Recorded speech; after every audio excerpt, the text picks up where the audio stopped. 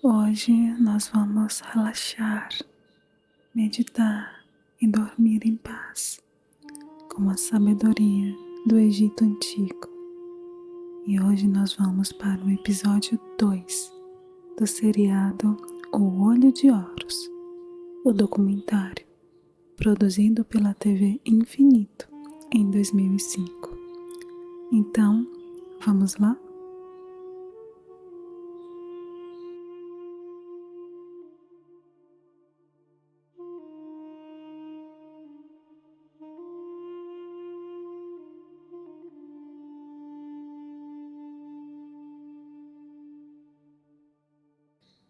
Nos templos, os sacerdotes do Olho de Horus guiaram em paz e harmonia o aperfeiçoamento espiritual do povo, revelando informações sobre Deus, o universo e o processo que sofre a consciência de evolução do homem.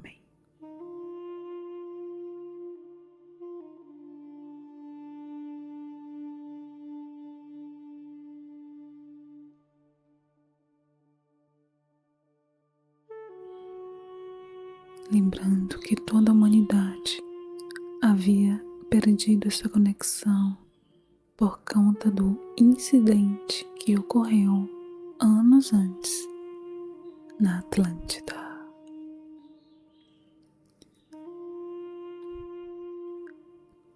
Cada templo era um enorme complexo onde moravam milhares de pessoas, homens e mulheres igualmente, porque não havia distinção de sexo.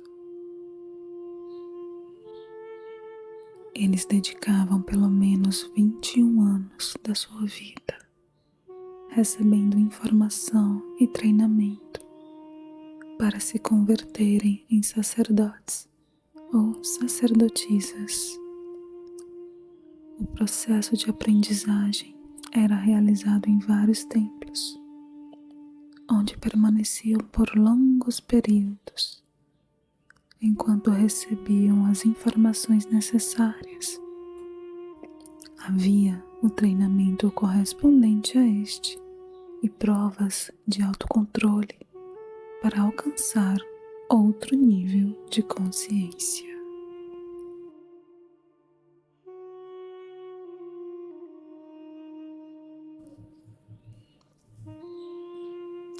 Cada templo era uma biblioteca viva, com informação especializada. Cada um tinha uma lista diferente sobre o universo ou a razão da existência. Cada templo continha em seu interior um tema sagrado distinto, com informações que davam sentido a tudo que existe.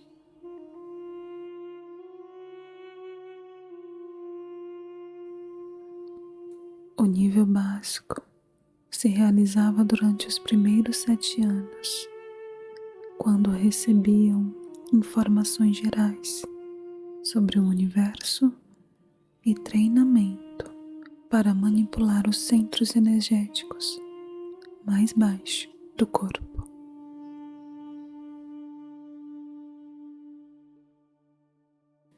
Havia templos como o de Kon Ombo, dedicados a entender a necessidade do universo e do equilíbrio polarizado para permitir à mente comparar entre os sistemas opostos e assim compreender a verdade no seu interior.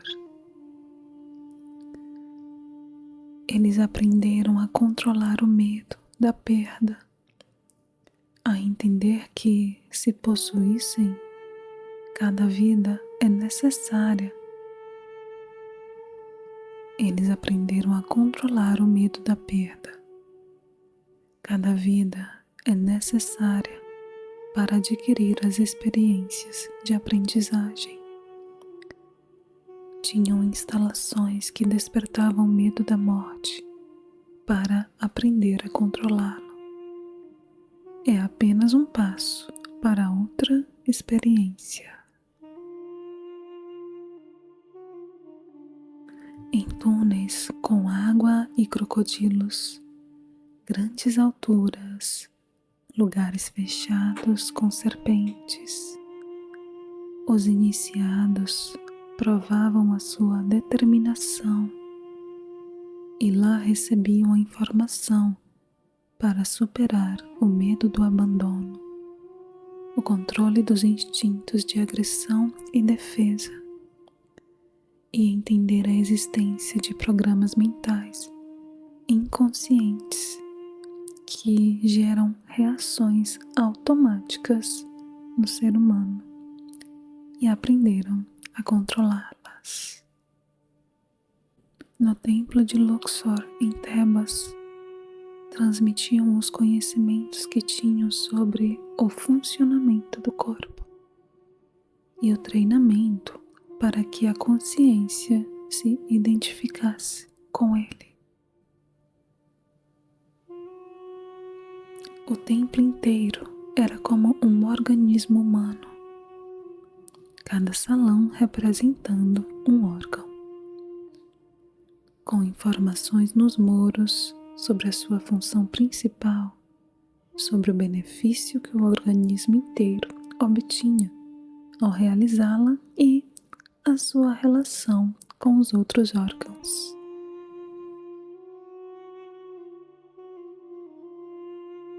Em seu interior, realizavam um exercício de concentração e de movimento, levando-se somente a cada órgão até que o corpo inteiro estivesse consciente e os manipulassem à vontade, como um excelente instrumento.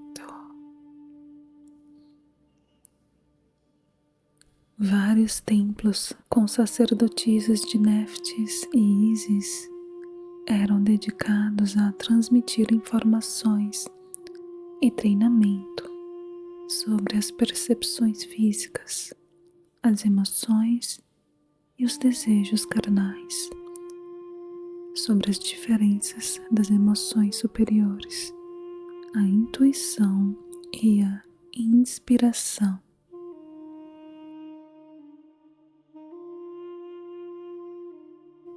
Eles aprendiam a transmutar as paixões e as sensações do corpo com o poder do espírito, a elevar a consciência em sua decoração vital, a solicitar a canalização de energia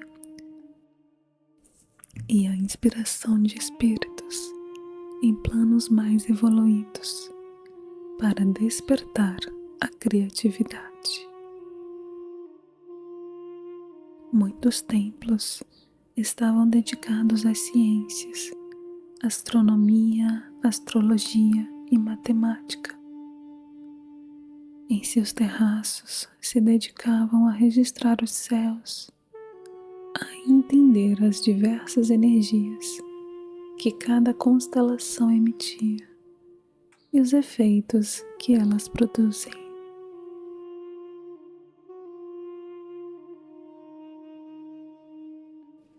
Dia a dia seguiam os desígnios das estrelas, controlando a duração do ano solar, a data exata da enchente do Nilo, momento em que a Terra mudou da era de Touro para a era de Áries, e os lugares que afetam o processo de evolução.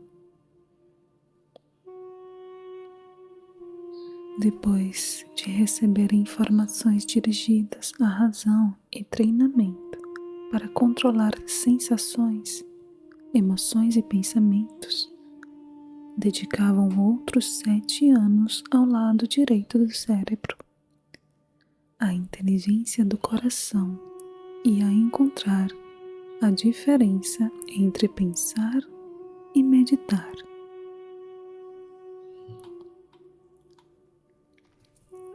O templo de Karnak, o maior do Egito, estava dedicado à consciência. Analisavam as forças que o moldam, a entender o processo de evolução e acelerá-lo, utilizando conceitos, palavras, sensações, pontos exatos ou movimentos.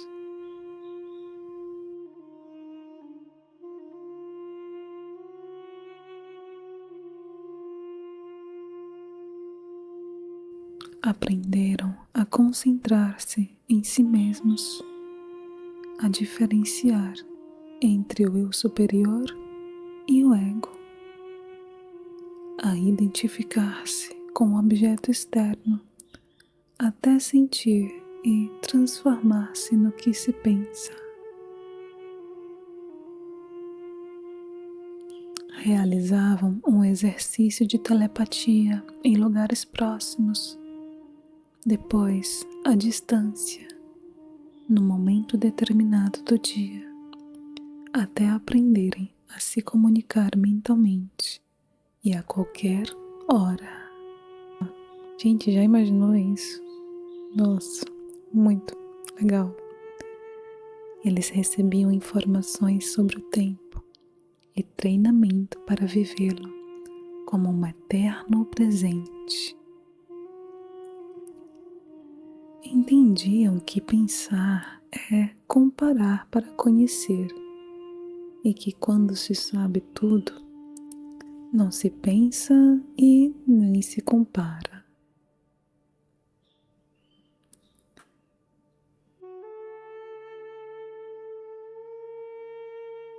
Aprendiam a mudar de estado, o nível vibratório, a manejar as circunstâncias internas, seguindo o equilíbrio emocional, como a decisão interior. Em cada templo continha 3 níveis de informação. Era uma maneira de revelar informações simultaneamente ao homem em diferentes níveis ou estados evolutivos.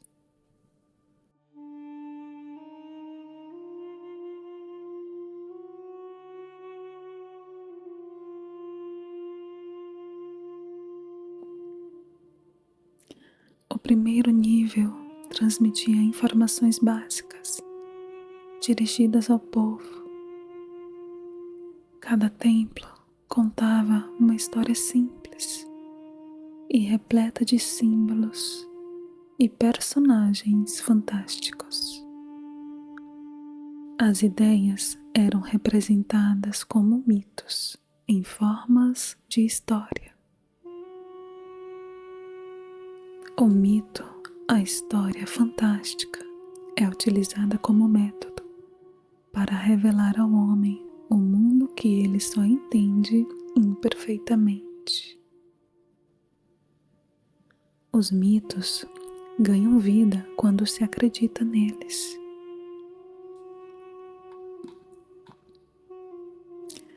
Inventavam personagens com características simbólicas, com formas que trazem à mente a sua função e atividade principal, que participavam de histórias simples e parábolas que contam verdades sobre a natureza humana, sem a aridez e a abstração da filosofia ou da metafísica.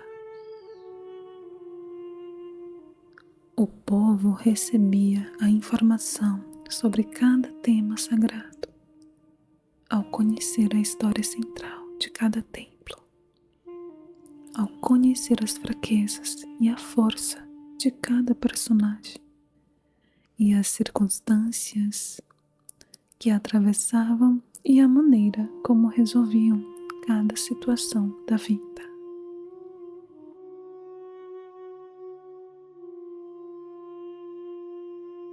Eles utilizavam um segundo nível de informação, dirigido aos discípulos, seres com nível espiritual mais elevado, aos quais se aplicava diretamente o mesmo tema sagrado, de maneira mais concreta e profunda. Para isso, utilizavam as cenas descritas no mito, talhadas nos muros dos templos. Explicavam o que significava cada personagem, o que simbolizava no universo, a parte do processo de aperfeiçoamento que representava, o porquê da sua forma, comportamento e a sua função principal.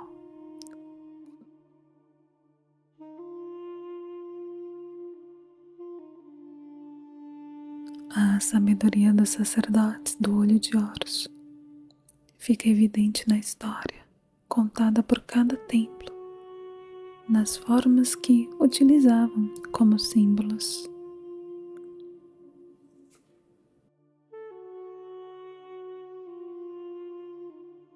Somente ao contemplá-los é que vem à mente a ação vital que representa, ou a qualidade que se ganha ao realizar, organizar e representar. O homem com cabeça de animal como símbolo os transformam em ideias que vão com a característica vital daquele animal. Trazem à mente a função do animal no universo.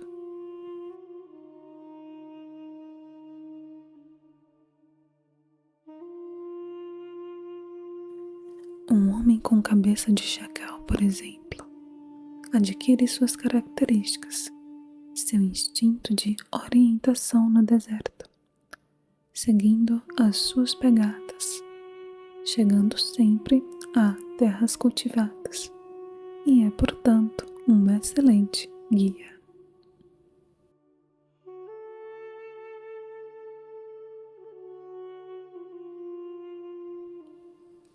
Cada símbolo evoca uma simbologia. A forma simples, uma parábola. Evocar na mente o voo, a liberdade. Um disco solar sobre a cabeça de um homem fala sobre a sua iluminação, de sabedoria que irradia da informação que tem no nível da sua consciência. Estudaram detidamente os animais e insetos, assim reunindo um profundo conhecimento sobre a sua vida, sua atividade principal, suas necessidades vitais, os hábitos que desenvolviam para supri-las, sua dieta alimentar, a duração da sua gestação, seus hábitos sexuais e o sentido principal da sua existência.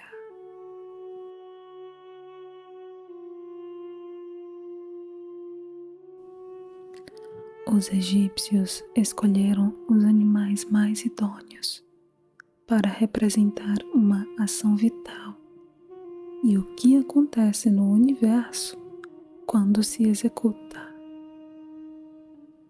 O processo da lagarta que se arrasta e desce para depois transformar-se em uma borboleta.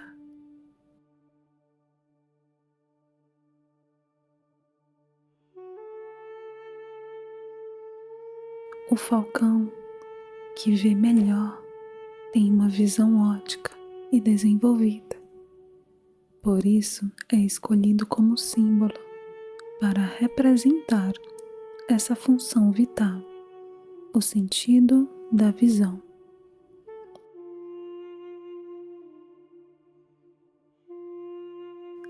Uma figura humana com cabeça de falcão é um ser que tudo vê, que domina o panorama, vendo perfeitamente cada um dos detalhes em que foca a sua atenção.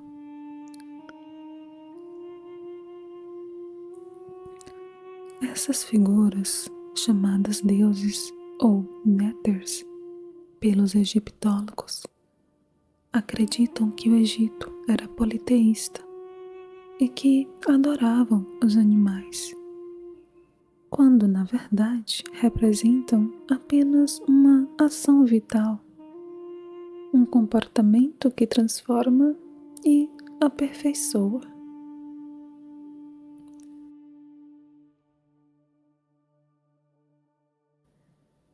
A cada ação importante da vida vem um símbolo que a representa. Comunica a transformação que acontece na essência do indivíduo, que a executa e o que obtém dela. Um par de braços, por exemplo, indica adoração. Um par de pernas, a ação de andar. Uma boca, a ação de falar.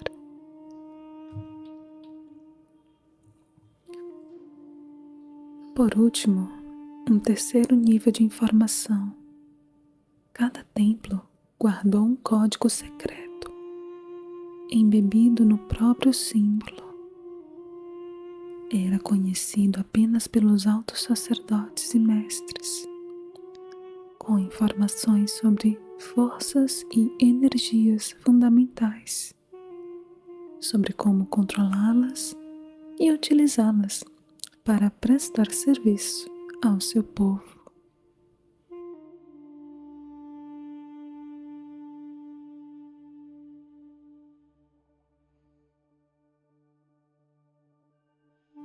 Em templos como o de Horus, em Édifo, o sumo sacerdote levou seus discípulos mais evoluídos a deslocar a sua consciência no tempo, abrindo o inconsciente para reviver e compreender as vidas passadas no seu processo de reencarnação. O sumo sacerdote foi sempre um ser muito adiantado no caminho espiritual. Ele não se identificava com o corpo, conhecia perfeitamente o seu funcionamento e que energias utilizar para equilibrá-lo. Ele controlava o centro nervoso no alto da cabeça, o mais alto nível de energia vital. Permanecia no eterno presente, irradiando amor, guiando e servindo com seu poder divino.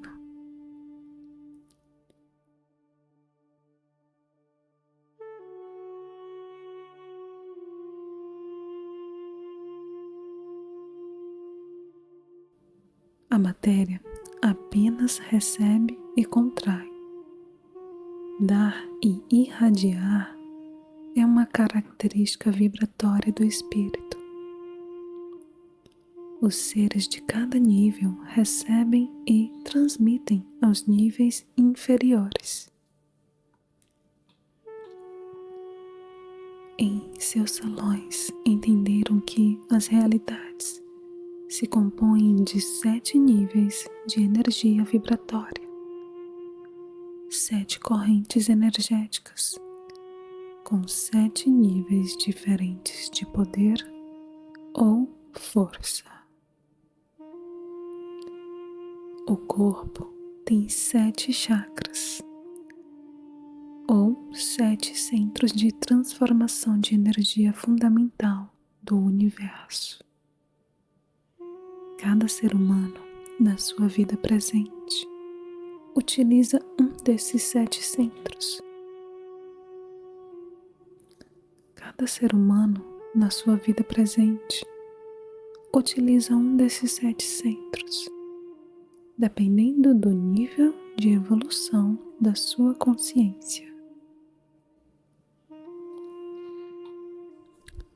Quanto maior a compreensão do universo, mais respeito, mais alto o chakra, o centro nervoso utilizado para transformar a energia. Maior quantidade de energia processa diariamente e mais poderes transcendentais acessa. O sumo sacerdote podia controlar as forças fundamentais pelo altíssimo nível de energia vital em que ele permanecia. O sistema nervoso tinha uma resistência correspondente a este nível de energia.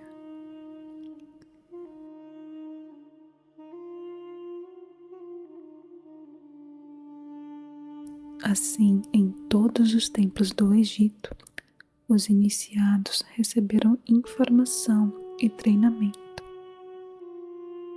aumentando paulatinamente o seu nível de energia vital e, de maneira correspondente, o nível de resistência dos órgãos do seu corpo.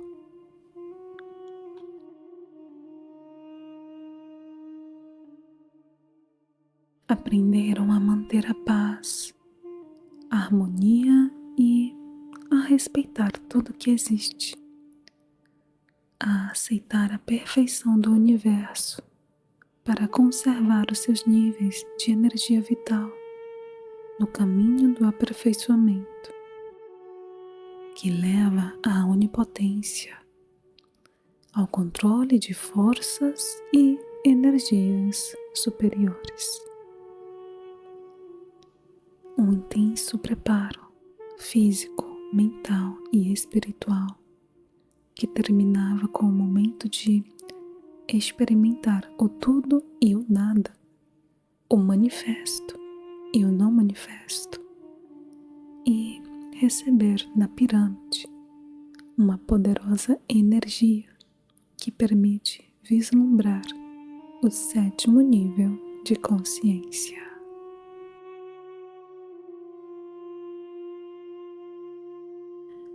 Durante a Era de Touro, se dedicaram a experimentar uma forma piramidal e a tecnologia ressonante que transformava as vibrações do planeta em energia.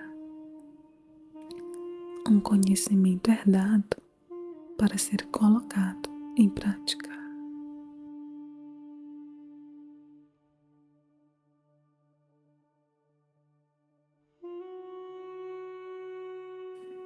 Colocaram massivas formas piramidais de milhões de toneladas em pontos nevrálgicos sobre a malha eletromagnética do planeta.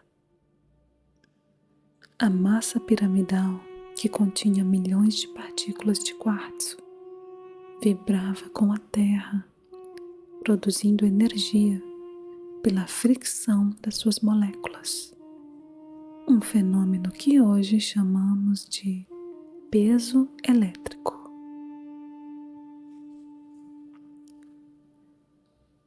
Construíram muitas pirâmides até alcançarem o modelo perfeito da pirâmide de Quéops.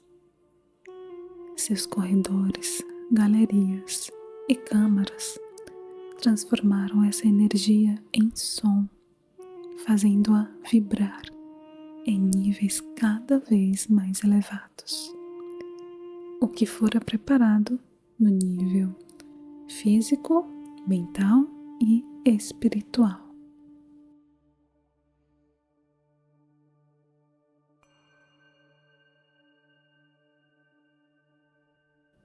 Essa força impulsionava a mente do homem a perceber outras dimensões, alcançando estados especiais de consciência. Com esta ajuda externa, os iniciados vislumbravam o 7º nível de consciência. Eles retornavam relembrando o êxtase obtido e as verdades verificadas para transmiti-las aos seus companheiros com palavras e ações. em suas meditações posteriores, obtinham novamente esse estado de unidade, sem movimento, até que essa condição se consolidasse definitivamente e ficassem de maneira permanente num estado divino de Deus-Homem, sempre irradiando energia positiva e amor.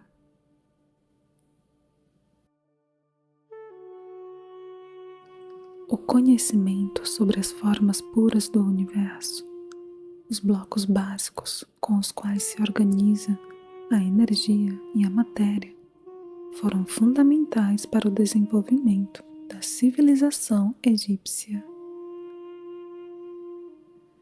Hoje chamamos essas formas puras de sólidos platônicos, 5 polígonos com lados e ângulos iguais, baseados em triângulos equiláteros, a forma divina sem tensões.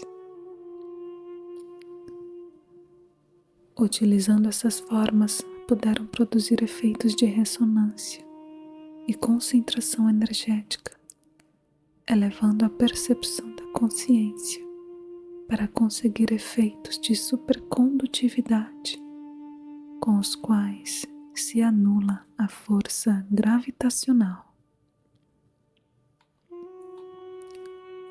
Hoje se descobriu que o planeta tem pontos nevrálgicos, chamados nodos diamagnéticos, onde se pode controlar a força gravitacional do planeta e produzir fenômenos de supercondutividade. A supercondutividade permite amplificar ou diminuir a força da gravidade. Ao aumentar o peso das pedras, se enterrava conhecimento, sem que fosse necessário escavar, e ao diminuí-lo, tornavam-se as pedras mais leves, para empurrá-las e movê-las facilmente, desde as pedreiras longínquas. Na ilha de Sehel foram encontrados hieróglifos com fórmulas e ingredientes para produzir uma espécie de concreto que parece uma rocha. Os cientistas franceses o decifraram parcialmente. As suas experiências, confirmando que se trata de polímeros, que, ao serem produzidos, criam uma espécie de pedra. Isso explica a facilidade para fazer juntas tão exatas entre as pedras dos seus templos, conseguindo usar os blocos já fundidos como forma para novos.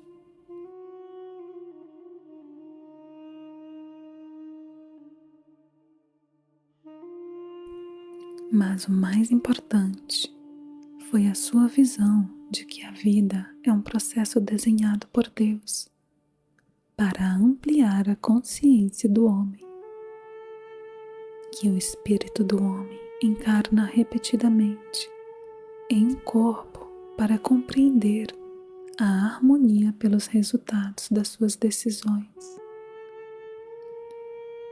Ao viver muitas vidas com experiências opostas de angústia, paz, depressão, felicidade, riqueza, pobreza, saúde e doença, compreende a razão da sua existência e acaba com as limitações materiais, transformando-se num super-homem imortal.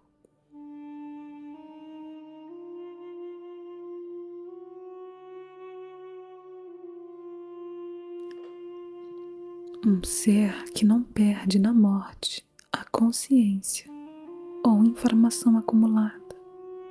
Um espírito sábio ao final de um processo que sobe outro degrau na perfeição do universo.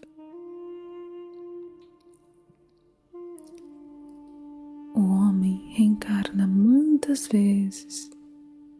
No princípio, a sua animalidade é dominante.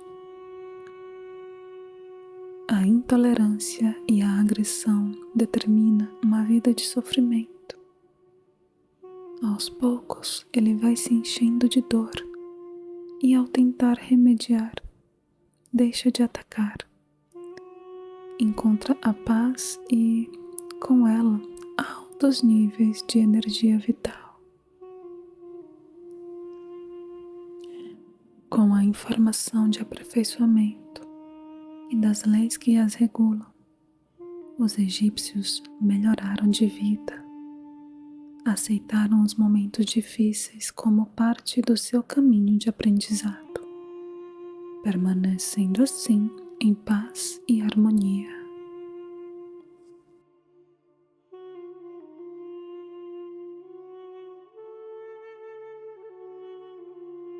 Os templos revelavam como os homens, em um mundo de dor, podiam transformar-se em seres sem limitações físicas, com conhecimentos para transmutar a matéria e se locomover livremente no tempo e no espaço.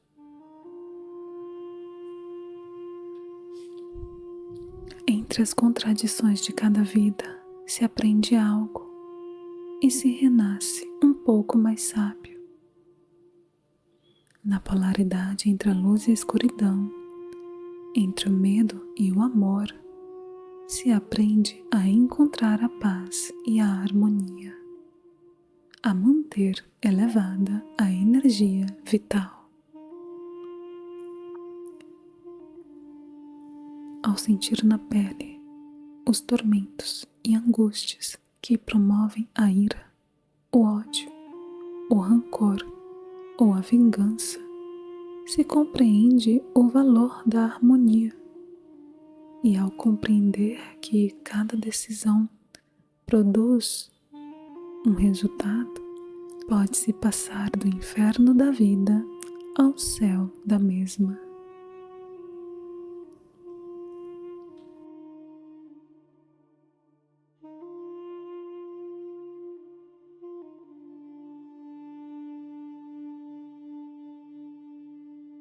Isso é muito interessante, né, pessoal? Porque, como todas essas filosofias orientais nos ensinam, o céu não se trata de um lugar físico especificamente, mas de um estado de consciência.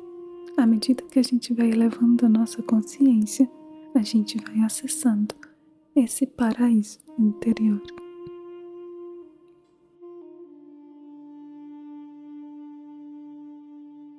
O povo entendeu que todas as ações da vida diária, pescar, semear, colher, são uma maneira de se aproximar de Deus, de se aperfeiçoar a cada dia.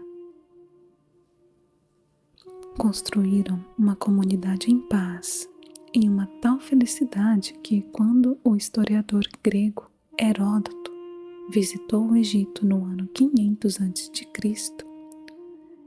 ele não pôde deixar de afirmar: de todas as nações da terra, os egípcios são os mais felizes, sãos e religiosos.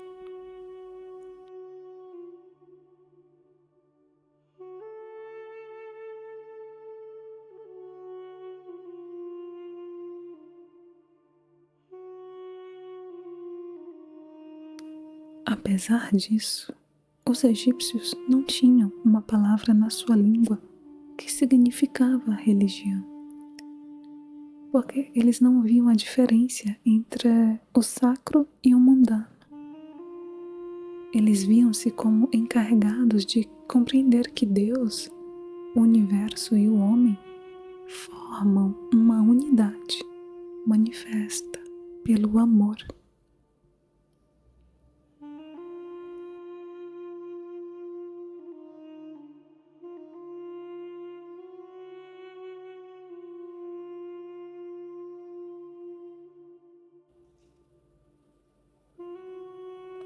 Nesta série do Olho de Horus, veremos as mensagens que os egípcios transmitiram em seus templos, que todos os homens avançam por um caminho de aperfeiçoamento que levam muitas vidas. Alguns estão mais evoluídos do que outros, mas todos chegarão à imortalidade e à consciência permanente. Somente aprendendo a ser flexíveis, aceitar as circunstâncias e a respeitar todos os seres que nos rodeiam.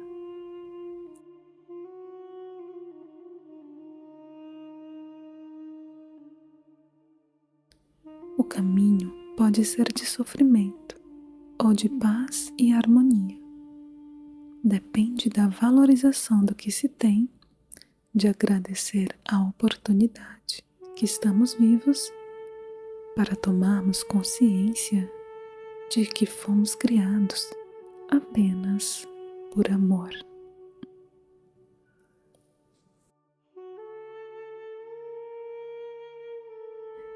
E esse foi o nosso segundo episódio do documentário O Olho de Horus. Comenta aqui se você quer ver a continuação dessa série e se você está gostando. Gratidão. Até o próximo vídeo.